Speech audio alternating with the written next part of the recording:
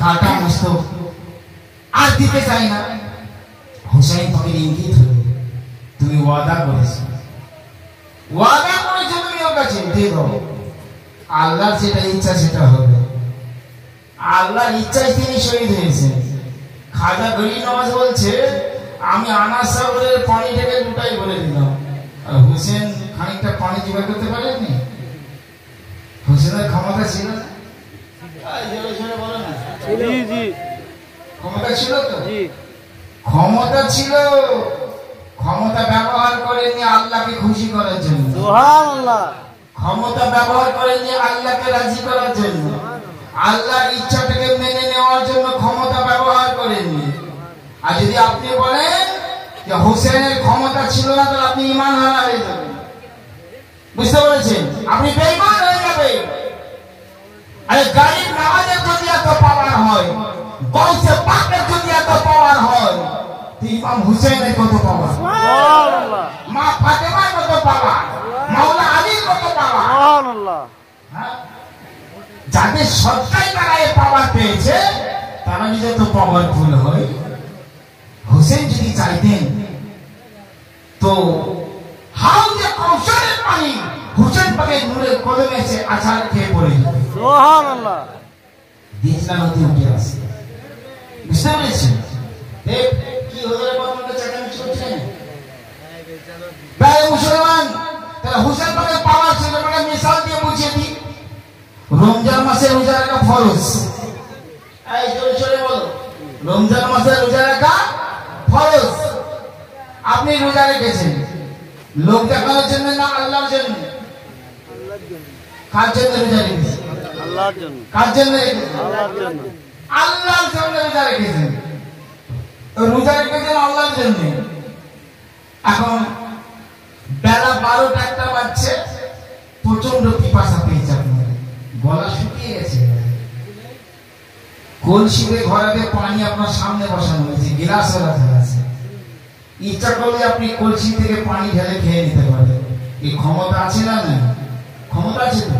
না, নাই, পানি ঢেলে ক্ষমতা নেই, কিন্তু খাচ্ছেন না। ক্ষমতা আছে, খাচ্ছেন না। ক্ষমতা আছে, ক্ষমতা ব্যবহার করছেন না কেন? আল্লাহকে রাজি করছেন, আল্লাহর জন্য। তাহলে ক্ষমতা আছে আল্লাহকে রাজি করার জন্য, আপনি ক্ষমতাটা ব্যবহার করছেন না। ইমাম হুসাইন কারবালার দাঁড়িয়ে নবী মুহাম্মদ রাসূলুল্লাহ সাল্লাল্লাহু আলাইহি ওয়াসাল্লামের দ্বীন ইসলামকে জিন্দা করার জন্য জীবনের শেষ রক্তবিন্দু পর্যন্ত ৭২টা প্রাণী সহ আল্লাহর রাস্তায় কুরবানি করে দিয়েছে। ক্ষমতা থাকা সত্ত্বেও উনি ক্ষমতার ব্যবহার করেননি, সুবহানাল্লাহ। বুঝতে পেরেছেন ভাই আমার? পীরের কাছে বায়াত হতে হয়, এটা তরিকার নিয়ম আছে। আমার সুন্নি যারা, তারা বলি পীর ধরতে হবে। এই কথা ঠিক কিনা? ঠিক ঠিক। বিনা ওসিলায় আল্লাহ পাওয়া যাবে না। সুন্নিরা পীর ধরে, শিয়াদের পীর নেই। আর যারা রং চড়িয়ে শিয়া, তাদের পীর অথবা শিয়া মতবাদে কিছু গ্রহণ করেছে, নাউজুবিল্লাহ। আর যারা শিয়া তারা পীর ধরে না। বুঝতে পেরেছে? আর যারা সুন্নি এরা পীর ধরে, পীরের হাতে হাত থেকে বায়াত হইতো। এই যে পীরের হাতে হাত থেকে বায়াত হচ্ছে, এটা হুসেন পাকের অবদান, সুবহানাল্লাহ, হুসেন পাকের অবদান। একটা কথা ভালো করে বুঝিয়ে, আপনার গ্রামে ঝগড়া হচ্ছে, চাষতো ভাইয়ের সঙ্গে ঝগড়া হচ্ছে, ভিটে নিয়ে ঝগড়া, জমি জায়গা নিয়ে ঝগড়া। আপনার বিপক্ষ পার্টি লাঠি বের করেছে বড় বড়, আপনি সেখানে হাজির, লাঠি নিয়ে আপনাকে মারতে যাচ্ছে, আপনার মাথায় আঘাত করে। কি করেন? আড়াল করেন কিনা? কেউ আপনাকে মাথায় লাঠি মারতে যে হাত দিয়ে আড়াল করে দেবেন, করবেন কি করবেন না ভাই? করবেন তো। কারণ আমরা কি, আমাদের চিন্তাধারা কি? আমাদের চিন্তাধারা হলো যা কিছু ক্ষতি হয় হাতের উপর দিয়ে হয়ে যায়, মূল্যবান মাথাটা যেন বেঁচে যায় বাবা। যদি মাথার উপর আঘাত হয়, হয়তো আমি হসপিটালে ভর্তি হওয়ার পরে আর বাঁচতে পারবো না। মাথা থেকে বাঁচানোর জন্য আমরা হাত দুটো আগিয়ে দিই। কথা ঠিক কিনা বলো? কিন্তু চিন্তা করুন মুসলমান, কারবালার জমিনে আমার হযরত ইমাম হুসাইন পাক, হযরত ইমাম হুসাইন তিনি কিন্তু মাথা দিয়ে দিয়েছেন, হাত দিয়ে আড়াল করতে যাননি। এজিদের হাতে হাত দিয়ে হাতকে বাঁচিয়ে নিয়েছেন। আমরা হাতের ক্ষতি করতে চাই, মাথা বাঁচাতে চাই, কিন্তু ইমাম হোসেন মাথা দিয়ে দিলেন, হাতকে বাঁচিয়ে নিলেন। তারপর ইমাম হোসেন জানেন এ হাত শুধু হুসেনি হাত নয়, এ হাত হচ্ছে শরীয়তের হাত, এ হাত হচ্ছে তরিকতের হাত, এ হাত হচ্ছে হাকিকাতের হাত, এ হাত হচ্ছে মারিফাতের হাত, এ হাত হচ্ছে বেলায়েতের হাত, এ হাত হচ্ছে মারিফাতের হাত, এ হাত হচ্ছে ইলমে লাদুন্নির হাত। আমি হুসাইন যদি আমার এই বেলায়েতের হাতকে যদি বাঁচিয়ে না নিই, পরবর্তী আমার নবীর উম্মতেরা ওই বায়াতে রাসূল গ্রহণ আর করতে পারবে না।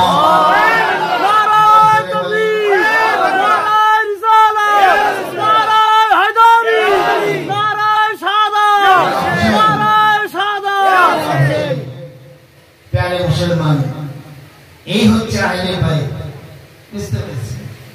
আহলে বাইত একটা চ্যাপ্টার। নবী বলেছেন আহলে বাইতিকা সাফিয়াতি নূহ, আহলে বাইত নূহ নবীর কিস্তির মতো। সুবহানাল্লাহ। পাঞ্জাতান পাককে মানতে হবে, আহলে বাইত পাককে মানতে হবে, কিন্তু খুব সাবধান। শিয়ারা এই পাঞ্জাতান পাকের মহব্বতের নাম করে নবী জয়নুল কদর সাহাবীদের বদনাম করে, এদের থেকে সাবধান। হযরত আবু বকর সিদ্দিক রাদিয়াল্লাহু তাআলা আনহু, হযরত ওমর ফারুক রাদিয়াল্লাহু তাআলা আনহু, হযরত উসমান গনি রাদিয়াল্লাহু তাআলা আনহু নবীর জয়নুল কদর সাহাবী। বলে বলেন সুবহানাল্লাহ। এদেরকে অস্বীকার করছে। বিশ্বাস করুন 24 প্রকার মুসলমান আমার চ্যালেঞ্জ করি, কেউ যদি হযরত আবু বকর সিদ্দিকের শানে তার বিরুদ্ধে কিছু কথা বলে, সে ইসলাম থেকে খারিজ হয়ে যাবে। হযরত ওমর ফারুকের বিরুদ্ধে যদি কথা বলে, ইসলাম থেকে খারিজ হয়ে যাবে। উসমান গনির বিরুদ্ধে যদি কথা বলে, ইসলাম থেকে খারিজ হয়ে যাবে। মাওলা আলী তো আমাদের মাতার তাজ, পাঞ্জাবের পাক তো আমাদের জান জীবন। তার মানে এটা নয় যে মাওলা আলীকে মানতে গিয়ে, পাঞ্জাবের পাককে মানতে গিয়ে তুমি আবু বকর সিদ্দিকের বদনাম করে দেবে, তুমি হযরত ওমর ফারুকের বদনাম করে দেবে, শিয়াদের বই থেকে দলিল দিয়ে তাদেরকে খারাপ করে দেবে, ঈমান চলে যাবে, জাহান্নাম নসিব হয়ে যাবে। খুব সাবধান। বুঝতে পেরেছি? আজকে তাদের বদনাম করার লোক বেরিয়ে গেছে বহু, বলছে আমরা শুনি, হ্যাঁ, লোকে ধরা দিচ্ছে না, বলছে না যে আমরা শিয়া, আমাদের শিয়া মতবাদ ভেতরে ভেতরে প্রকাশ করছে। আচ্ছা, আমরা তো চিশতি, যারা চিশতি আমাদের মাথার কাছে খাজা করি না বাবা, উচিত কথা বলছি, ঈমান বাঁচানোর খাতিরে পর্যালোচনা করবে, চিন্তা ভাবনা করবেন। আপনারা আমাকে দাওয়াত দেন চাই নাই দেন, তখন আপনাদের হাতে তো আমার রুজি নয়, আমার রুজি আমার আল্লাহর হাতে। সুবহানাল্লাহ। আমার রুজি আল্লাহর হাতে, দেনে वाला अल्लाह, बांटने वाला रसूलुल्लाह। सुबहानल्लाह। कौन देता है? आला हजरत क्या बोलते हैं, कौन देता है? देने को मुंह चाहिए, देने वाला है सच्चा हमारा नबी। देने वाला अल्लाह, बांटने वाला रसूलुल्लाह। এই ভাঙরের লোকেদের হাতে আমার রুজি নয়, আমার রুজি আমার আল্লাহর হাতে। সুবহানাল্লাহ। ইসলামের সাথে সত্য কথা বলবো, তরিকার সাথে সত্য কথা বলবো। কে আমার প্রতি রাগলো কে না রাগলো, আমার জমি জায়গা নিয়ে ঝগড়া না। হ্যাঁ, আচ্ছা, আমার গরিব নয়, যাদেরকে বুজুর্গ সাহাবী মেনেছে তাদেরকে আমার সাহাবী মানতে হবে তো? তুমি চিশতি দাবি করছো, গরিবের কথা মানো না? হ্যাঁ, এ মৌলভী ইমতিয়াজ মেদিনীপুরে সে একটা কমেন্ট, একটা মানে খাজা গরিবী এসরারে হাকিকি বইয়ের দুপাতা ছবি তুলে আমার ভক্তদেরকে দেখাচ্ছে, এতে খাজা বাবা এসে গেছে। কিন্তু জানেন আবু জেহেল নবীর জন্য গর্ত করেছে, গর্তটা আবু জেহেল নিজে করেছে। ভালো করে বলো, যে বইটার দলিল মৌলভী ইমতিয়াজ দিয়েছে বইটার নাম ইসরারে হাকিকি, দু পাতার ফটো তুলে। আর কারামত এটাই, ওই দু পাতার মধ্যে 5 বার খাজা গরিবনওয়াজ হযরত ওমর ফারুক রাদিয়াল্লাহু তাআলা আনহু লিখেছে। সুবহানাল্লাহ, বলেন সুবহানাল্লাহ। তাহলে ওই দু পাতার মধ্যে যদি 5 বার আমার খাজা বাবা সাইয়েদনা ওমর ফারুক রাদিয়াল্লাহু তাআলা আনহু লিখে, তাহলে পুরো বইটাতে কতবার লিখেছে? সুবহানাল্লাহ। একবার জোরে বলেন সুবহানাল্লাহ। বাঁচবে তুমি, আর তাদের বদনাম করে খোলে খোলে লজ্জা করে না? হ্যাঁ, মুসলমান আমার খুব ভালো করে বুঝবেন, কোরআনকে মানতে হবে, হাদিসকে মানতে হবে, বুজুর্গানি দ্বীনদের কিতাবকে আমাদের মানতে হবে, গরিব নওয়াজকে মানতে হবে, গৌসুল আজমকে মানতে হবে, ওলি আল্লাহদের কিতাবকে আমাদের মানতে হবে, তাফসীরকে মানতে হবে, খাঁটি তাফসীর কোরআনের ভাষ্য যেটা সেগুলোকে আমাদের মানতে হবে। আমি বাতিল তাফসীরের কথা বলিনি, আহলে সুন্নাত ওয়াল জামাতের যেগুলো তাফসীর এগুলো আমাদের মানতে হবে। ভাইরা আমার, নাহজুল বালাগা বিশ্ববিখ্যাত একটা কিতাব, বাবা শিয়াদের কাছে সবচেয়ে মূল্যবান কিতাব। আমরা তো সুন্নি, যারা শিয়া তাদের কিছু সিমটম আছে বাবা, শুনে নিন। আমরা ইমাম হোসেন পাককে মানি, ইমাম হাসানকে মানি, পাঞ্জাতন পাককে মানি, সেই সঙ্গে হযরত আবু বকর সিদ্দিককে মানি, হযরত ওমর ফারুককে মানি, হযরত উসমান গনিকে মানি, নবীজির तमाम ইমানদার সাহাবাদেরকে আমরা মানি। কেন আল্লাহর কোরআন বলেছে রাদিয়াল্লাহু আনহু ওয়া রাদু আনহু যালিকা লিমান খাশিয়া রাব্বা। আমি আল্লাহ সাহাবাদের উপর রাজি, সাহাবারা আমি আল্লাহ আমার উপরে রাজি আছি। সুবহানাল্লাহ। এই মুসলমান, যে নবীর কলেমা পড়ে আপনি মুসলমান হয়েছেন, সেই নবী হাদিস পাকে ঘোষণা করেছেন আসহাবিকান নুজুম বিআইহিম ইখতাদাইতুম ইহতাদাইতুম। নবীজি বলছেন আমার প্রত্যেকটা সাহাবী আকাশের উজ্জ্বল নক্ষত্রের মতো, তোমরা যাকে অনুসরণ করবে হেদায়েতের আলো তোমাদের নসিব হয়ে যাবে। ভাইরা আমার, শিয়াদের বিশ্ববিখ্যাত কিতাব হলো নাহজুল বালাগা। শিয়ারা দাবি করেন এটা হচ্ছে মওলা আলীর কিতাব। আমার কাছে আছে এই কিতাব, আমি সোশ্যাল মিডিয়ায় ছেড়ে দিয়েছি ওই পৃষ্ঠাটা।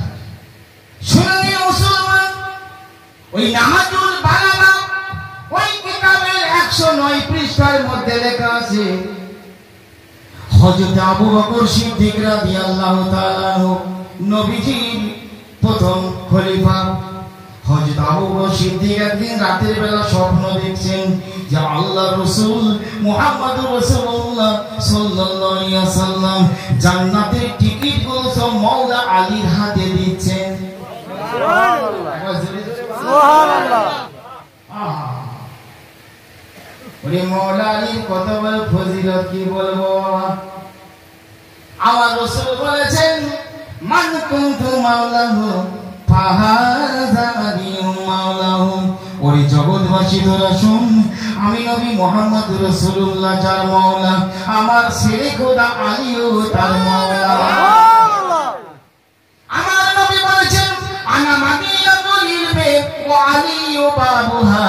আমি নবী হচ্ছি জ্ঞানের শহর, আর এই জ্ঞানের শহরের দরজা হচ্ছে মাওলা আলী। সুবহানাল্লাহ। বাবা মাওলা আলী কত বড় ফজিলত আপনাদেরকে সুধারণা দিয়ে দেবো বাবা, যাতে করে কাল কিয়ামতের ময়দানে আমি আল্লাহর কাছে ধরপাকড় না হই। জান্নাতের রাস্তা, মুক্তির রাস্তা আপনাদেরকে বলে যাব। আমি কারো পক্ষপাতিত্ব করে কোনো কথা বলবো না বাবা। তরিকতের খাতিরে, ইসলামের খাতিরে, মারিফাতের খাতিরে সত্য কথা আপনাদের সামনে বলে যাচ্ছি।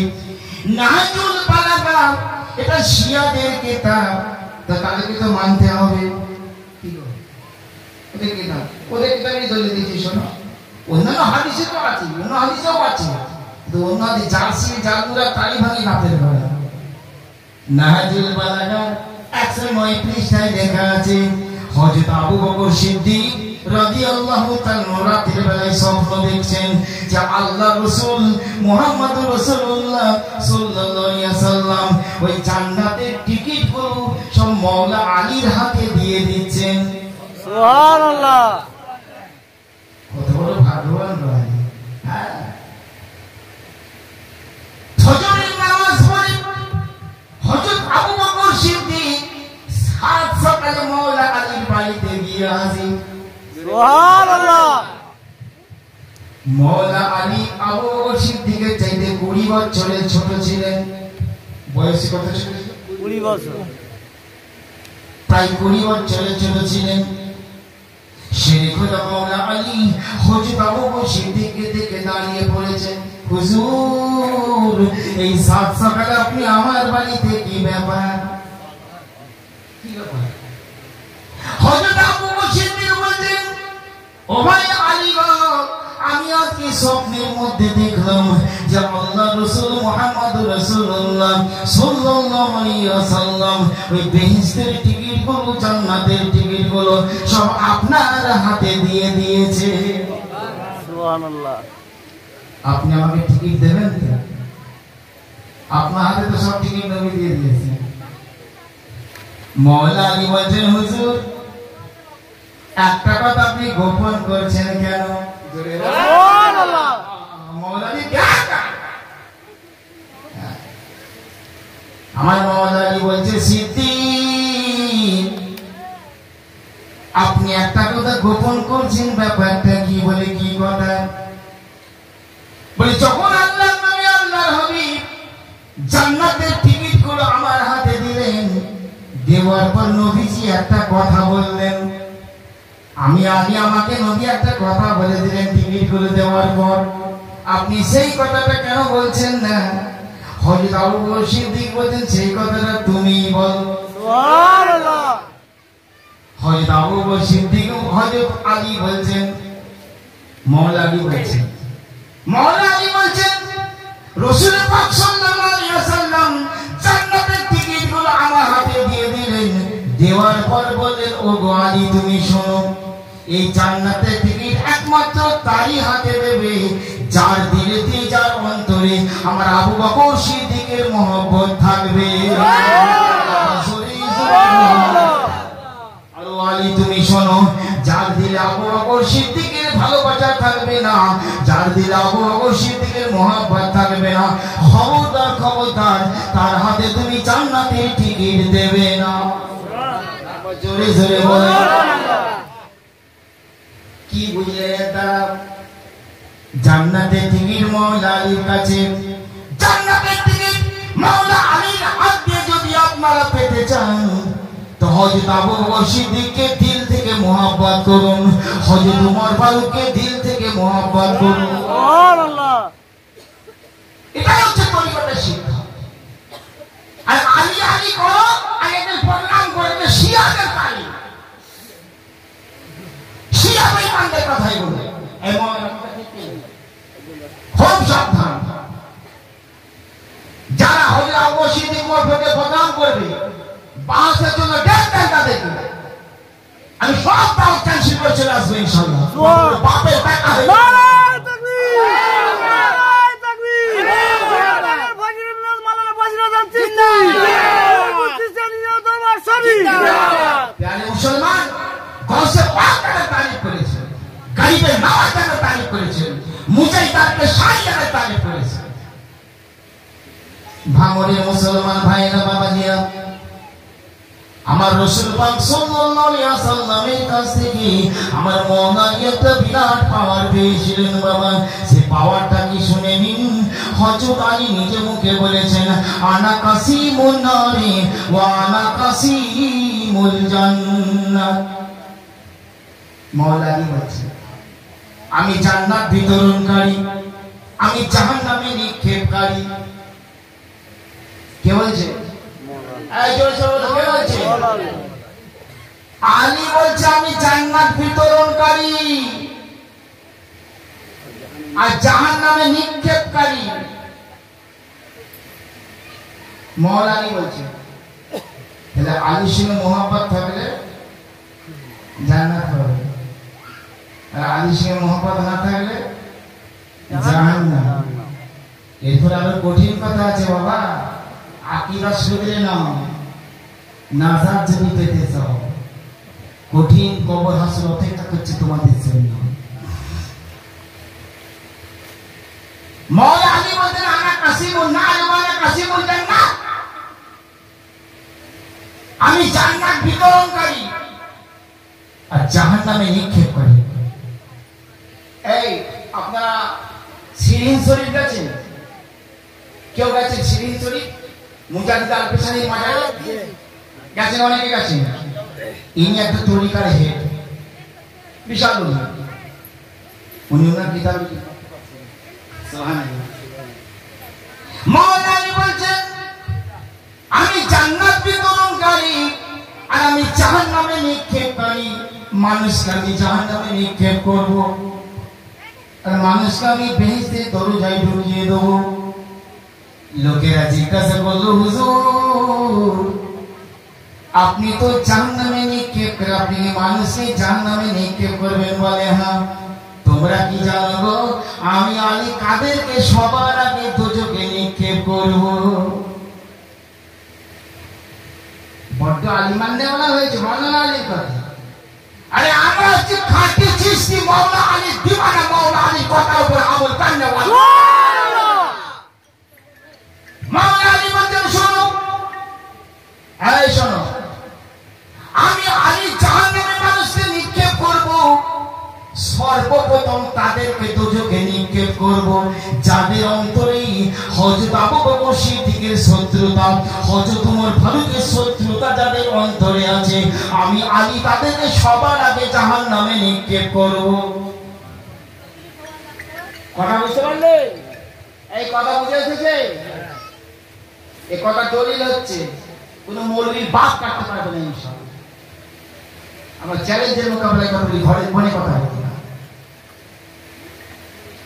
যাদের দিলে আবু বকর সিদ্দিকের ভালোবাসা থাকবে না, যাদের দিলে ওমর ফারুকের প্রতি বিদ্বেষ ভাব থাকবে, বেয়াদবি ভাব থাকবে, মওলা আলী খোদ তাদেরকে দোজখে ফেলে দেবে।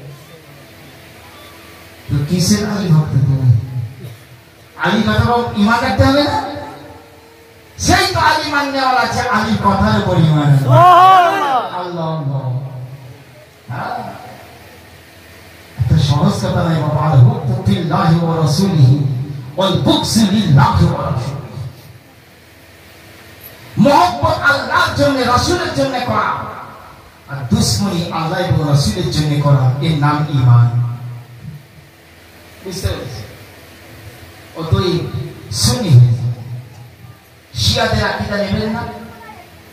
আমার গরিব নামাজ যখন ইসলাম প্রচার করতে শুরু করলেন ভারতের জমিনে, ইয়াদগার মোহাম্মদ বলে একজন শিয়াদের পণ্ডিত ছিল, ইয়াদগার মোহাম্মদ ইয়াদগার।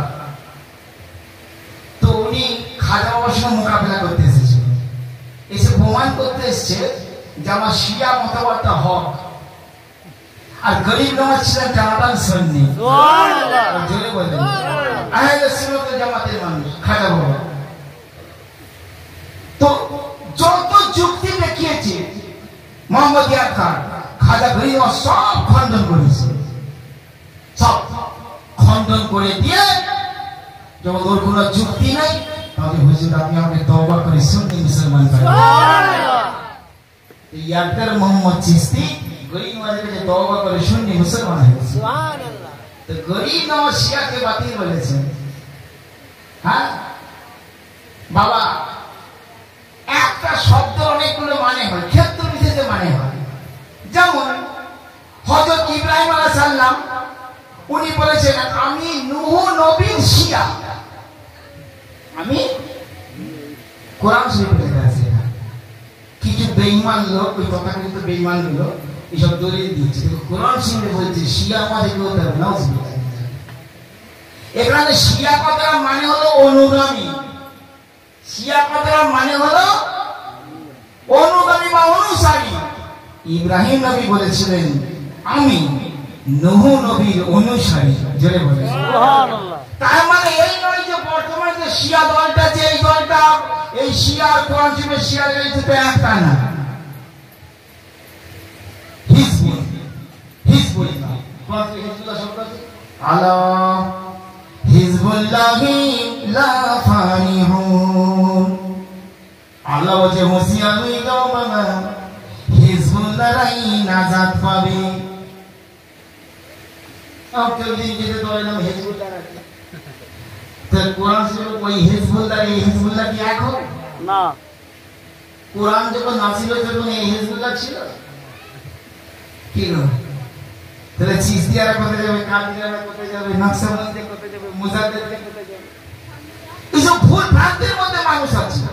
কোরআন শরীফে শিয়া একটা শব্দ আছে, যেখানে শিয়া অর্থ অনুসারী অনুগামী। তার মানে এই নয় যে মওলা আলীকে মেনে আরো 3 খলিফাকে অস্বীকারী যারা শিয়া, ওই শিয়া আর ওই শিয়া একটা নয়। পার্থক্য বুঝবে, চুন আর দই দুটোকে এক করে ফেলবেন না। আবার দরুদ শরীফ পড়েন আল্লাহ মওলা হোসেন পাকের সামনে একটা কালাম সাইয়্যিদানা মাওলানা মুহাম্মদ জোরে জোরে ওয়ালা আলি সাইয়্যিদানা মাওলানা মুহাম্মদ আল্লাহুম্মা সাল্লি আলা সাইয়্যিদানা মাওলানা মুহাম্মদ ওয়ালা আলি সাইয়্যিদানা মাওলানা মুহাম্মদ। আমার মওলা হোসেন মওলা হোসেন মওলা হোসেন রে, আমার মওলা হোসেন মওলা হোসেন মওলা হোসেন রে। সুবহানাল্লাহ বাজরে বলুন সুবহানাল্লাহ।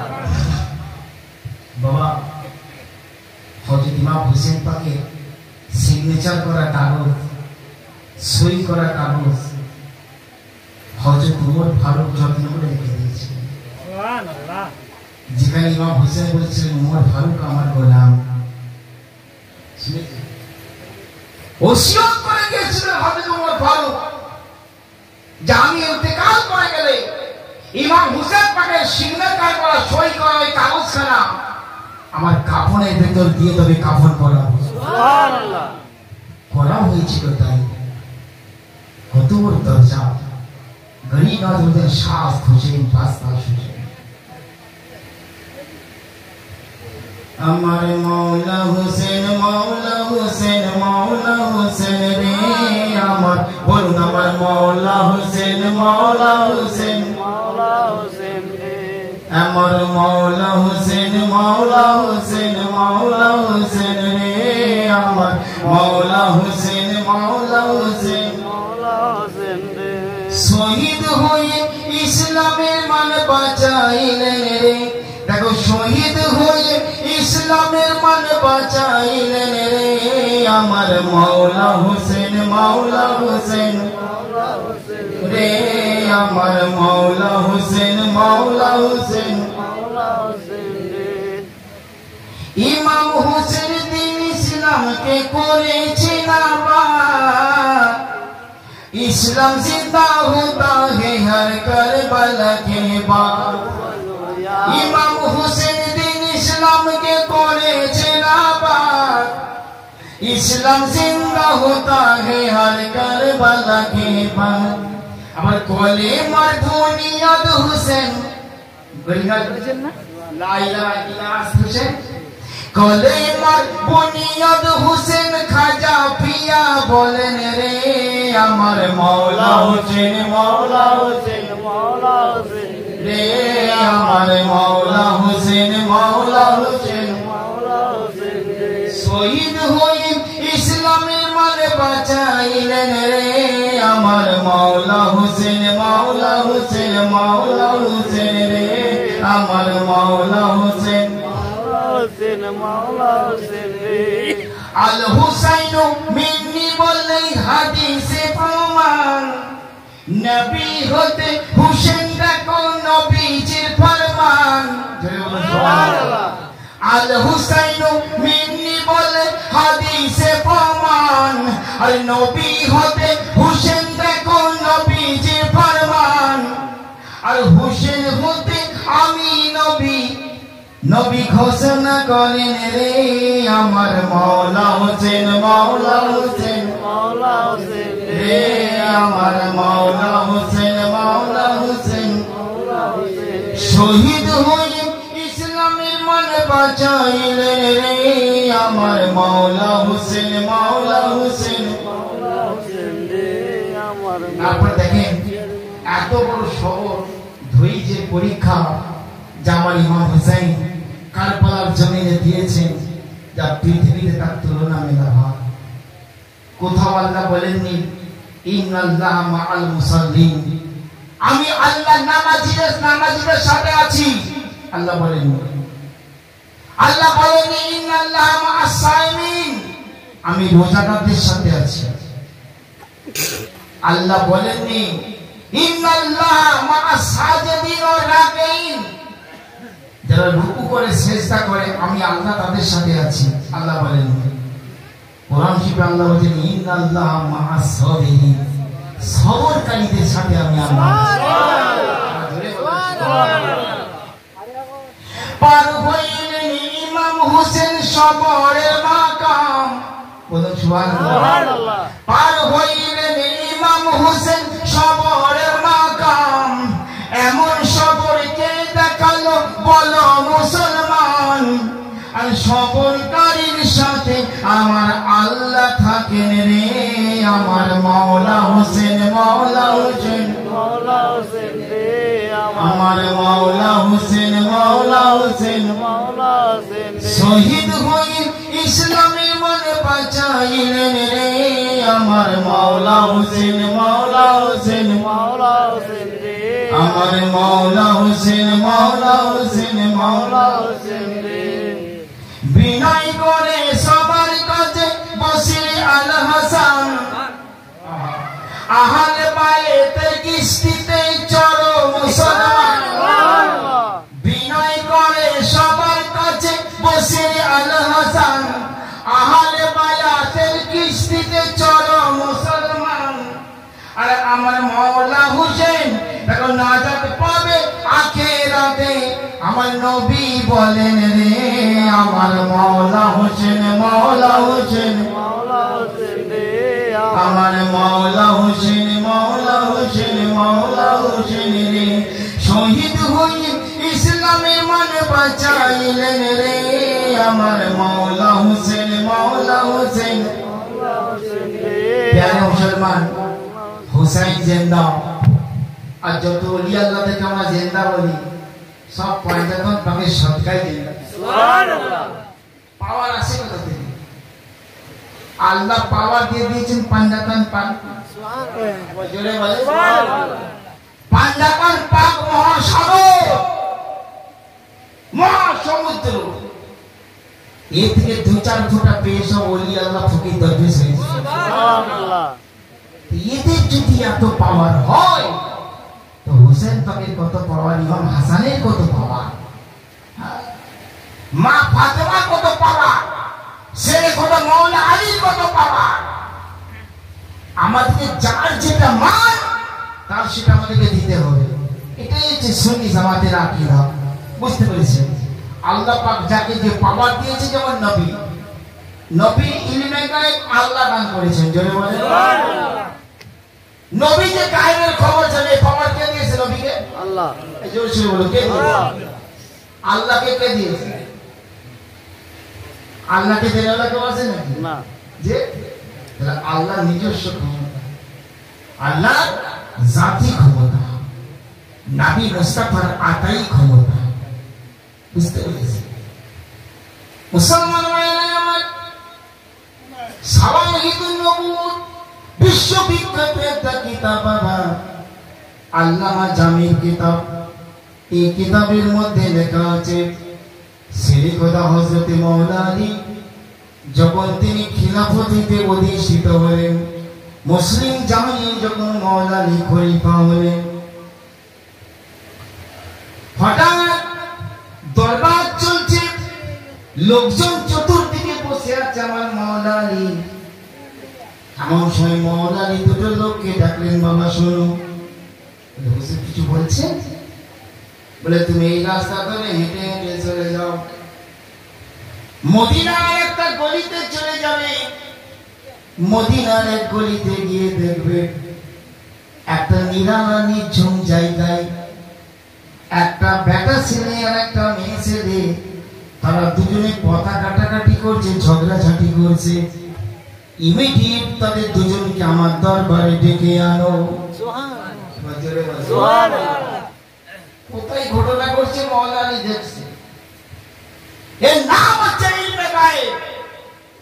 ওয়াহাবিরা বলছে গায়েবের খবর নবী জানে না, আর আমরা যারা সুন্নি আমরা বলছি না, আল্লাহ দেওয়া শক্তিতে কুল কায়নাতের খবর আমার নবী জানেন। মাওলা আলী লোক দুটোকে পাঠিয়ে দিলেন। ওই লোক দুটো ঠিক ওই রাস্তা ধরে চলে গেল। গিয়ে দেখছে ঠিক ওই গলির মধ্যে একটা বেটা ছেলে আর একটা মেয়ে ছেলে, আর একটা যুবক আর একটা যুবতী। যুবতীটার বয়স একটু বেশি, ওর তুলনায় যুবকের বয়স কম। তারা দুজনে কথা কাটাকাটি করছে, ঝগড়াঝাটি করছে। এই লোক দুটো গিয়ে বললো, তোমাদেরকে তাড়াতাড়ি খলিফাতুল মুসলিমিন আমিরুল মুমিনিন হযরত আলী কারামাল্লাহু ওয়াজহু এখনি ডেকেছে। তাই নাকি? এখন খলিফাটা আসতেই হবে। যুবক যুবতী মাওলা আলীর কাছে হাজির হয়ে গেল। মাওলা আলী বললেন বসো। তাদের দুজনকে বসালেন। বাদ বাকি লোককে বললো তোমরা বাইরে চলে যাও, বাইরে চলে যাও। সবাই বাইরে চলে গেল। যুবকটিকে জিজ্ঞাসা করছে, এ যুবক ছেলে, এই যুবতীটা তোমার কে? দেখে তো মনে হচ্ছে তোমার চাইতে 16-17 বছরের বয়স বেশি। বলে হুজুর আমি একে বিয়ে করেছি, এর সঙ্গে বেশ কিছুদিন হলো বিয়ে শাদী হয়েছে আমার, যদি আমাদের বয়সের একটু তফাৎ, কিন্তু আজ পর্যন্ত আমাদের কোনোদিন মেলামেশা হয়নি হুজুর। এই নিয়ে দীর্ঘদিন ধরে আমাদের শুধু তর্ক বিতর্ক, কথা কাটাকাটি, মনোমালিন্য চলছে। এ হচ্ছে আমার স্ত্রী, আমি হচ্ছি তার স্বামী। মাওলা আলী বলে আচ্ছা ঠিক আছে, খুব ভালো করে শুনো। কি পাপ মাওলা আলীকে আল্লাহ দিয়েছে। ছেলে বলে মাওলা আলী যুবকটিকে বললো, যুবক ছেলে তুমি একটু বাইরে গিয়ে দাঁড়াও, এ মেয়ে ছেলেটিকে আমার কাছে একা একা একটু থাকতে দাও, এর সঙ্গে আমার জরুরি দুটো কথা রয়েছে। যুবকটি বাইরে চলে গেল। যুবতীকে জিজ্ঞাসা করছে হযরত আলী। মাওলা আলী বলছেন, মা ও কি তোমার স্বামী নাকি? বলে হুজুর হ্যাঁ, ও হচ্ছে আমার স্বামী। বলে মা গো, তোমাকে আমি কয়েকটা কথা জিজ্ঞাসা করব। অন্তত আমি আল্লাহর নবীর একজন প্রেমিক মানুষ, আহলে বাইতের সদস্য আলী, আমার সামনে তুমি অন্তত মিথ্যা কথাগুলো বলবে না। যদি আমি তোমাকে সত্য কথা বলি, সত্য সত্য তুমি কিন্তু মেনে যাবে। আমাকে আগে কথা দাও তুমি। মেয়েটি বলছে হুজুর আপনি যদি সত্য কথা বলেন আমি একটাও কথা কিন্তু ইনকার করব না। যদি হুবহু সত্য বলেন আমি কিন্তু সেই সত্য কথাগুলো মেনে যাব। ঠিক আছে না? মানলে তো ভাই আল্লাহ। সেই কথা মাওলা আলী বলেন, মা তুমি যখন 14 বছর বয়সে মাত্র নতুন নতুন যুবতী হয়েছ, তোমার শরীরে নতুন নতুন যৌবন এসেছিল, তোমার একটা চাচাতো ভাই তোমার প্রেমে পড়ে গিয়েছিল কিনা সত্যি করে বলো। হুজুর আপনি ঠিক বলছেন, শুনে শুনে নিন হাদিস। আমি ঠিক বলেছি।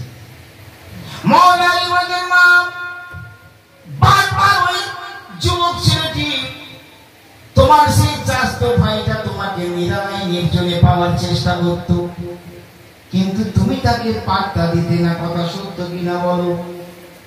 হুজুর আপনি ঠিক বলেছেন। তারপর মওলা আলী বলছেন, মা একদিন রাতের বেলা তুমি পেশাব করার কারণে বাড়ি থেকে বার হয়েছিলে, আর তোমার সেই চরিত্রহীন চাস্ত ভাই সে কিন্তু ওর পেটে বাইরে বসেছিল। তোমাকে একাকিনী পেয়ে রাতের অন্ধকারে তোমার মুখে হাত চেপে রেখে একটা দূর ময়দানে নিয়ে গিয়ে তোমাকে রেপ করেছিল, তোমাকে ধর্ষণ করেছিল, তোমার সাথে দেহ মিলন করেছিল। সত্য কিনা বলো? দেখেছেন মওলা আলী জ্ঞান? আরে এর নাম ইলমে গায়েব, এর নাম গায়েবের খবর। মওলা আলীর যদি এত পাওয়ার, হয়তো নবী মুস্তাফার পাওয়ার কত। মওলা আলী বলেন, মা তোমার সেই চরিত্রহীন চাস্ত ভাই তোমার সঙ্গে দেহ মিলন করেছিল মা, যার কারণে তোমার পেটের মধ্যে বাচ্চা এসে গিয়েছিল। কথা ঠিক কিনা বলো? ঠিক বলেছে।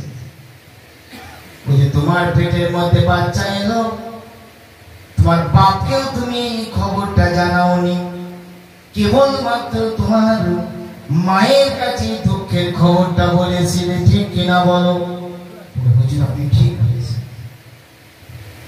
তারপর তোমার যখন সন্তান প্রসব করার সময় হয়ে গেল, তুমি তোমার মাকে সাথে করে নিয়ে রাতের অন্ধকারে দূরে একটা পাহাড়ের ধারে গিয়ে পাহাড়ের পাদদেশে একটা খেজুর গাছের তলায় তোমার সন্তান প্রসব করেছিলে কিনা বল?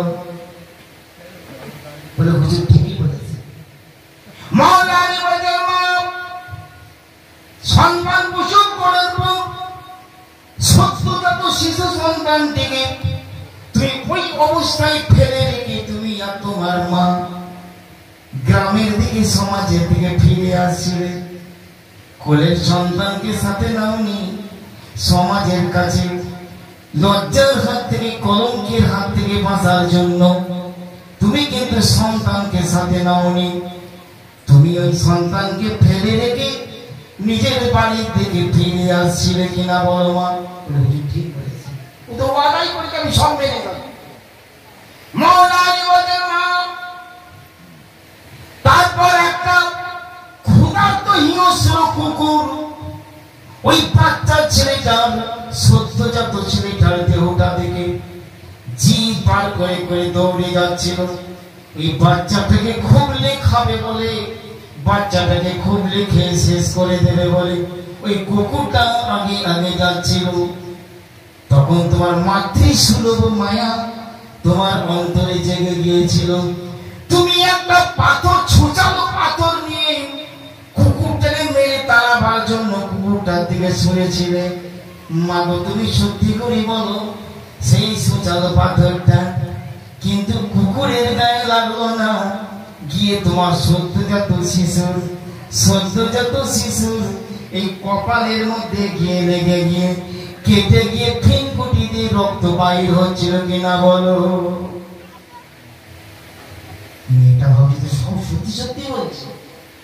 মওলা আলী যা বলছে সবকে সত্য বলছে। হুজুর হ্যাঁ ঠিকই বলেছে, কুকুরটাকে লাগেনি, আমার সেই সন্তান থেকে লেগেছিল, কপালে ফিনকুটি দিয়ে রক্ত বাইর হতে লাগলো। মওলা আলী বলেন, মা তারপর তোমার মা নিজের শরীরের কাপড়টা ছিঁড়ে ওই রক্তগুলো মুছে দিয়ে ব্যান্ডেজ বেঁধে দিয়ে তুমি আর তোমার মা ওই জায়গা থেকে ছেড়ে চলে এসেছিলে। কথা সত্য বলেছি কিনা? হুজুর ঠিক বলেছি। বলে মা গো, তোমার সেই সন্তানের খবরটা কি তুমি জানো? তুমি যে সন্তানটিকে পাহাড়ের পাদদেশে ফেলে চলে এলে, তারপরে সেই সন্তানটার খবরটা কি তুমি জানো? বলে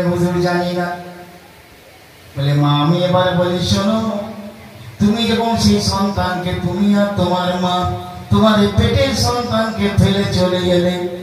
পরের দিন ইসলামী মুজাহিদ, ইসলামীদের একটা জিহাদ বাহিনী, ইসলামের একজন মুজাহিদ বাহিনী একটা দল রাস্তা দিয়ে যাচ্ছিল, আর ছেলেটা রাস্তার পাশে পড়ে টুয়া টুয়া করে কাঁদছিল। ওই মুজাহিদদের মধ্যে একজন মানুষ ছিল, সে নিঃসন্তান, বিয়ে করেছে কয়েক বছর, বেটা ছেলে মেয়ে ছেলে কিছুই তার হয়নি, সংসারে তার সন্তান নাই, তার বড় অভাব, সংসারে তার বড় কষ্ট ছেলের জন্য। তখন সেই মুজাহিদ বাহিনী মুসলমান, ওই মুসলমানটা চিন্তা করলো, আর এই কাঁধে এত সুন্দর ফুলের মতো ছেলেটা রাস্তার দাঁড়িয়ে ফেলে চলে গেছে, এই ছেলেটাকে নিয়ে কি আমি মানুষ করব? আমার বাড়িতে তো কোনো সন্তান নাই। মাওলানা বলেন, মাগো, একজন মুসলমান মুজাহিদ তোমার সেই ছেলেটিকে নিয়ে এসে বাড়িতে নিয়ে এসে মানুষ করলো, বাড়িতে নিয়ে এসে প্রতিপালন করলো। বাড়িতে এসে প্রতিপালন করার পর এখন সেই ছেলে যুবক হয়ে গেছে, বড় হয়ে গেছে, সে বাস করে ভিন্ন জায়গায়, মাগো তুমি বাস করো ভিন্ন জায়গায়।